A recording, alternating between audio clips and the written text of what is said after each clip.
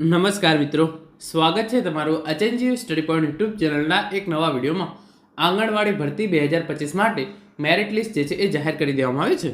તો આજના આ વિડીયોની અંદર આપણે જોઈશું કે જે પણ ઉમેદવારોનો મેરિટ લિસ્ટની અંદર સમાવેશ થયેલો છે એમને જે છે એ ડોક્યુમેન્ટ વેરિફિકેશન માટે જે છે એ ક્યારે જવાનું રહેશે, આગળની પસંદગીની પ્રક્રિયા છે એ કઈ રીતે કરવામાં આવશે, અને જે પણ ઉમેદવારોને જે છે એ રિજેક્ટેડ લિસ્ટની અંદર સમાવેશ થયેલો છે એમણે કોઈ પણ રજૂઆત કે અરજી કરવી હોય તો એમણે કેટલા દિવસની અંદર આ અરજી જે છે એ કરવાની રહેશે અને આ અરજીનો નિકાલ છે એ કેવી રીતે કરવામાં આવશે. તો સૌપ્રથમ તમે અહીંયા જોઈ શકો છો જે પણ ઉમેદવારોનો મેરિટ લિસ્ટની અંદર સમાવેશ થયેલો છે એમાંથી જે સૌ પ્રથમ નામ છે જેને જે છે એ પ્રોવિઝનલ ફર્સ્ટ લખેલું છે, પછી વેઇટિંગ 1 લખેલું છે અને વેઇટિંગ 2 લખેલું છે. તો એની અંદરથી કયા ઉમેદવારોને જે છે એ ડોક્યુમેન્ટ વેરિફિકેશન કરાવવાનું થશે, ડોક્યુમેન્ટ વેરિફિકેશન જે છે એ ક્યારે અને તમને કઈ રીતે ખબર પડશે કે તમારે ડોક્યુમેન્ટ વેરિફિકેશન કરાવવાનું છે એ, અને પછી આપણે એ જોઈશું કે જે ઉમેદવારોનો રિજેક્ટ લિસ્ટની અંદર સમાવેશ થયેલો છે એમણે જે છે એ કોઈ પણ પ્રકારની અરજી કે રજૂઆત કરી હોય તો એવો જે છે એ કઈ રીતે કરી શકે છે અને આગળની આ સંપૂર્ણ પસંદગી પ્રક્રિયા છે એ કેવી રીતે કરવામાં આવશે. તો એના માટે આ વેબસાઇટ છે ત્યાં જે છે એ તમામ ઇન્ફોર્મેશન આપવામાં આવેલી છે. રિક્રુટમેન્ટ પર જવાનું છે અને છેલ્લે જે ઓપ્શન છે GR/ડાઉનલોડ, તમારે સિમ્પલી એના પર ક્લિક કરવાનું છે. જેવું તમે એના પર ક્લિક કરશો તો જે છે એ આ તમારા આખો પરિપત્ર જે છે એ તમારા સામે આવી જશે અને એની અંદર જે છે એ તમામ ઇન્ફોર્મેશન જે છે એ આપવામાં આવેલી છે. સિમ્પલી તમે જે છે એ અહીંયા જોઈ શકો છો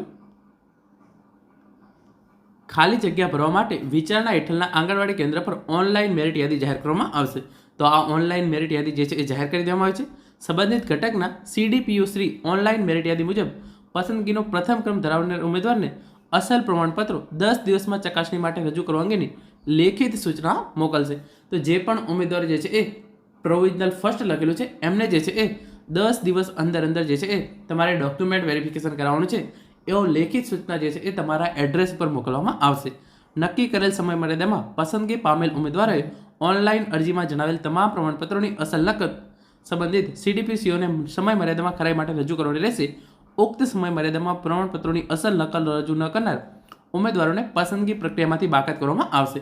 તો જેના પણ નામ આગળ પ્રોવિઝનલ ફર્સ્ટ લખેલું છે એમને જે છે એ આજે મેરિટ લિસ્ટ જાહેર થયું છે તો હવે 10 દિવસ અંદર તમારા એડ્રેસ પર જે છે એ તમને લેખિતની અંદર જે છે એ સૂચના મોકલવામાં આવશે અને એની અંદર તમને લખેલું હશે કે તમારે જે છે એ આ તારીખ સુધીમાં આવી અને તમારા તમામ ઓરિજિનલ ડોક્યુમેન્ટ જે છે એ ડોક્યુમેન્ટ વેરિફિકેશન માટે આવી જવાનું છે.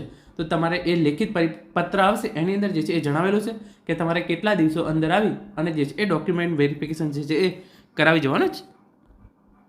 પછી વિચારણા હેઠળની આંગણવાડી માટે પ્રતીક્ષા યાદી બનાવવામાં આવશે. મેરિટ યાદી અનુસાર પસંદગીનો બીજો ક્રમ ધરાવતા ઉમેદવારોને સંબંધિત આંગણવાડીની પ્રતીક્ષા યાદીમાં સમાવેશ કરવામાં આવશે. ઓનલાઈન મેરિટ યાદી જાહેર થઈ હતી 6 માસ માટે પ્રતીક્ષા યાદી માની રહેશે તેમજ ત્યારબાદ સદર પ્રતીક્ષા યાદી આપોઆપ રદ ગણાશે. તો જેના પણ નામ આગળ જે છે એ પ્રોવિઝનલ ફર્સ્ટ લખેલું હશે, જે પણ ઉમેદવારોને પ્રોવિઝનલ ફર્સ્ટ લખેલું હશે એમને જે છે એ ડોક્યુમેન્ટ વેરિફિકેશન માટે પહેલાં તો જે છે એ લેખિત પરિપત્ર આપવામાં આવશે અને એની અંદર જણાવેલું છે કે તમારે કઈ તારીખ સુધીમાં ડોક્યુમેન્ટ વેરિફિકેશન માટે જે છે એ કરાવી જવાનું છે. પછી જેના નામ આગળ વેઇટિંગ 1 અને વેઇટિંગ 2 લખેલું છે એ ઉમેદવારોને જે છે એ પ્રતીક્ષા યાદીની અંદર સમાવેશ કરવામાં આવશે અને આ પ્રતીક્ષા યાદી જે છે એ 6 મહિના માટે વેલિડ ગણવામાં આવશે.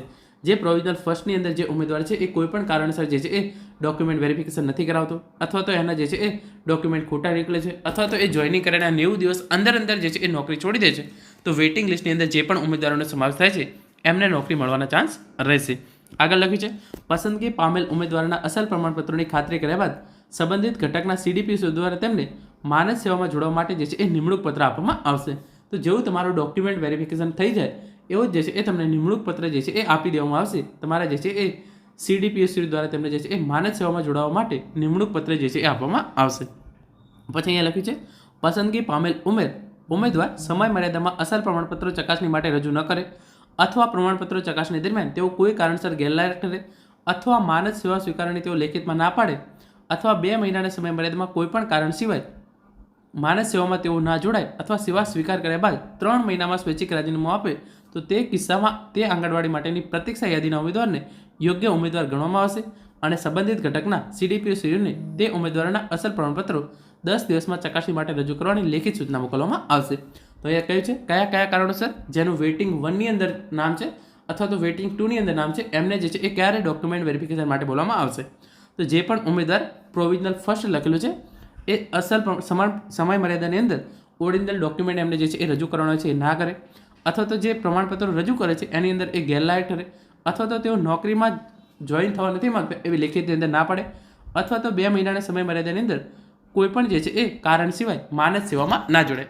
લેખિતમાં ના પાડે પરંતુ 2 મહિના થઈ જાય છતાં પણ તેઓ જે છે એ તેમની નોકરી શરૂ નથી કરતા, અથવા તો સેવા સ્વીકાર કર્યા પછી 3 મહિનાની અંદર સ્વૈચ્છિક રાજીનામું આપી દે. એટલે કે એકવાર આંગણવાડી કાર્યકર અથવા તો તેડાગર બહેન તરીકે નોકરી શરૂ કરી દે, પરંતુ 3 મહિના અંદર જે છે એ તેઓ રાજીનામું આપી દે, તો જેનું વેઇટિંગ 1 લખેલું છે, જેના નામ આગળ જે છે એ વેઇટિંગ 1 લખેલું છે, એને જે છે એ લેખિતની અંદર પત્ર મોકલવામાં આવશે કે તમારે જે છે એ આ તારીખ દરમિયાન આવી અને ડોક્યુમેન્ટ વેરિફિકેશન જે છે એ કરાવી દેવાનું છે. જેવું પ્રોવિઝનલ ફર્સ્ટવાળા ઉમેદવાર છે એ આ ઉપરમાંથી કોઈ પણ કારણ થાય 10 દિવસ અંદર જે વેઇટિંગ 1ની અંદર છે એને જે છે એ મોકલી આપવામાં આવશે ડોક્યુમેન્ટ વેરિફિકેશન માટેનો પત્ર. પછી પસંદગી પામેલ ઉમેદવારોએ માનદ સેવામાં હાજર થયેથી 2 મહિનાની મર્યાદામાં પ્રાથમિક આરોગ્ય કેન્દ્રમાં શારીરિક યોગ્યતાની સામાન્ય તપાસણી કરાવી તે બાબતનું મેડિકલ ફિટનેસ પ્રમાણપત્ર ઘટક કચેરીમાં રજૂ કરવાનું રહેશે. તો જે પ્રોવિઝનલ ફર્સ્ટની અંદર છે એવું નોકરી શરૂ કરે છે એના પછી 2 મહિના અંદર એમને જે છે એ આ રજૂ કરવાનું રહેશે. ઓનલાઈન મેરિટ યાદી જાહેર બાદ કોઈપણ અરજદારને મેરિટ યાદી અંગે અપીલ, રજૂઆત, ફરિયાદ કરવાની રહેશે. તો અરજી 10 દિવસની મુદત દરમિયાન જે છે એ તેઓ ઓનલાઈન પદ્ધતિથી દાખલ કરી શકશે. સમગ્ર પસંદ પ્રક્રિયા ઓનલાઈન હોવાથી અપીલ પણ ઓનલાઈન જ કરવાની રહેશે. અન્ય કોઈપણ રીતે દાખલ કરવામાં આવેલ અપીલ વિચારણા લેવામાં આવશે નહીં. તો કોઈપણ કારણોસર તમારી અરજી જે છે એ રિજેક્ટ થઈ ગઈ હોય, અથવા તો તમારું જે છે એ રિજેક્ટ લિસ્ટ, મેરિટ લિસ્ટ બંનેમાંથી એક પણમાં જે છે એ નામ ના હોય, અથવા તો તમારા માર્ક્સ ખોટા દર્શાવેલા હોય, તમે કોઈ પણ અપીલ, રજૂઆત કે ફરિયાદ કરવા માંગતા હોય તો તમને જે છે એ 10 દિવસનો સમય જે છે એ આપવામાં આવેલો છે. આજે જે છે એ મેરિટ લિસ્ટ આપવામાં આવેલું છે. હવે 10 દિવસ સુધી તમે જે છે એ કોઈ પણ તમારી જે છે એ રજૂઆત કરી શકો છો, અપીલ કરી શકો છો કે ફરિયાદ જે છે એ કરી શકો છો. અને આ ફરિયાદ તમારે જે છે એ માત્ર ને માત્ર ઓનલાઈન પદ્ધતિથી જ કરવાની રહેશે. અને જે તમે અરજી કરો છો એનો નિકાલ જે છે એ આ રીતે કરવામાં આવશે. ઓનલાઈન પદ્ધતિથી દાખલ કરવામાં આવેલ બાબતે નિર્ણય કરવા માટે ગ્રામીણ અને શહેરી વિસ્તારમાં નીચે મુજબની અપીલ સમિતિઓની રચના કરવામાં આવશે. ગ્રામીણ/નગરપાલિકા વિસ્તારની અપીલ જિલ્લા વિકાસ અધિકારી હશે, નાયબ જિલ્લા વિકાસ અધિકારી શ્રી હશે અને પ્રોગ્રામ અધિકારી શ્રી હશે. આ જે છે એ તમારી તમામ બાબતો જેને જે છે એ સાંભળશે અને એના પછી તમારી જે છે એ પણ અરજી હશે એને જે છે એ સ્વીકારશે અથવા રિજેક્ટ કરશે. અપીલ સમિતિ દ્વારા ઓનલાઈન અપીલ સ્વીકારવાની મુદત પૂર્ણ થઈથી 10 દિવસની મુદત દરમિયાન અપીલકર્તાને રૂબરૂ સાંભળી નિર્ણય કરવાનો રહેશે અને નિર્ણય નકલ અપલોડ જે છે એ ઓનલાઈન ઉપલબ્ધ કરવાની રહેશે. સંબંધિત પ્રોગ્રામ અધિકારી શ્રી ખાલી જગ્યાઓની જાહેરાત તેમજ ઓનલાઈન મેરિટ યાદીમાં અનિવાર્ય કારણસર ફેરફાર કરવાની કે તે બાબત રદ કરવાની સત્તા કમિશનર શ્રી મહિલા અને બાળ વિકાસની રહેશે. એટલે કે તમે જે પણ કોઈ પણ પ્રકારની જે છે એ ફોર એક્ઝામ્પલ ઓનલાઈન અરજી કરો છો, પછી એ તમારી અરજી રિજેક્ટ થઈ છે કે જે છે એ એક્સેપ્ટ થઈ છે, તો એ ચેક કરવા માટે તમારે જે છે એ સિમ્પલી અહીંયા તમને જે આખો ઓપ્શન અહીંયા જોવા મળે છે રિક્રુટમેન્ટ પર તમે ક્લિક કરશો, રિજેક્ટેડ એપ્લિકેશન લિસ્ટ એના પર તમે ક્લિક કરશો. પછી તમે જે પણ જિલ્લાની અંદર ફોર્મ ભર્યું એ તમારે સિલેક્ટ કરવાનું છે. 10 દિવસ દરમિયાન તમે જે છે એ ઓનલાઈન અરજી કરશો અને એના 10 દિવસ પછી તમને રૂબરૂમાં સાંભળવામાં આવશે અને એના પછી તમને અહીંયા ખબર પડી જશે કે તમારી અરજી જે છે એ રિજેક્ટ થઈ છે કે નથી થઈ. અત્યારે નો રેકોર્ડ ફાઉલ બતાવે છે, પરંતુ જે પ્રમાણે ઓનલાઈન અરજીઓ થશે એના પછી એનો નિકાલ આવશે એ પ્રમાણે જે છે એ અહીંયા લિસ્ટ આવવા મળશે. તો મિત્રો આ હતો આજનો વિડીયો જેની અંદર આપણે મેરિટ લિસ્ટ આવી ગયા પછી હવે જે છે એ ઓનલાઈન કઈ રીતે આગળ કાર્યવાહી થશે, ડોક્યુમેન્ટ વેરિફિકેશન માટે ક્યારે જવાનું છે, કોને ડોક્યુમેન્ટ વેરિફિકેશન માટે જવાનું છે, અને તમારે રજૂઆત, અરજી કે ફરિયાદ કરવી હોય તો તમે એ કઈ રીતે કરી શકો છો. અને તમારે એ કરવી હોય કોઈ પણ રજૂઆત તો એના માટે પણ જે છે એ ઓપ્શન અહીંયા જ આપવામાં આવેલું છે, તમે જોઈ શકો છો. સિમ્પલી તમે જ્યારે મેરિટ લિસ્ટ ચેક કરતા હોય ત્યારે અહીંયા તમને જે છે એ કોઈ પણ આપણે જિલ્લાનું લઈ લો છું ખાલી એક નમૂના માટે, અને પછી તમે અહીંયા જોઈ શકો છો અહીંયા જે છે એ અપ્લાય ગ્રીવન્સીસ, તો સિમ્પલી તમારે જે છે એ એના પર ક્લિક કરવાનું છે અને અહીંયા તમામ વિગતો નાખી અને તમારે જે છે એ અપીલ/ફરિયાદ રજૂ કરો એના પર તમારે જે છે એ અરજી કરી દેવાની છે. તો આ હતો આજનો વિડીયો. આશા રાખું છું તમામ માહિતી તમને ચોક્કસથી ઉપયોગી થશે. Thank you so much for watching.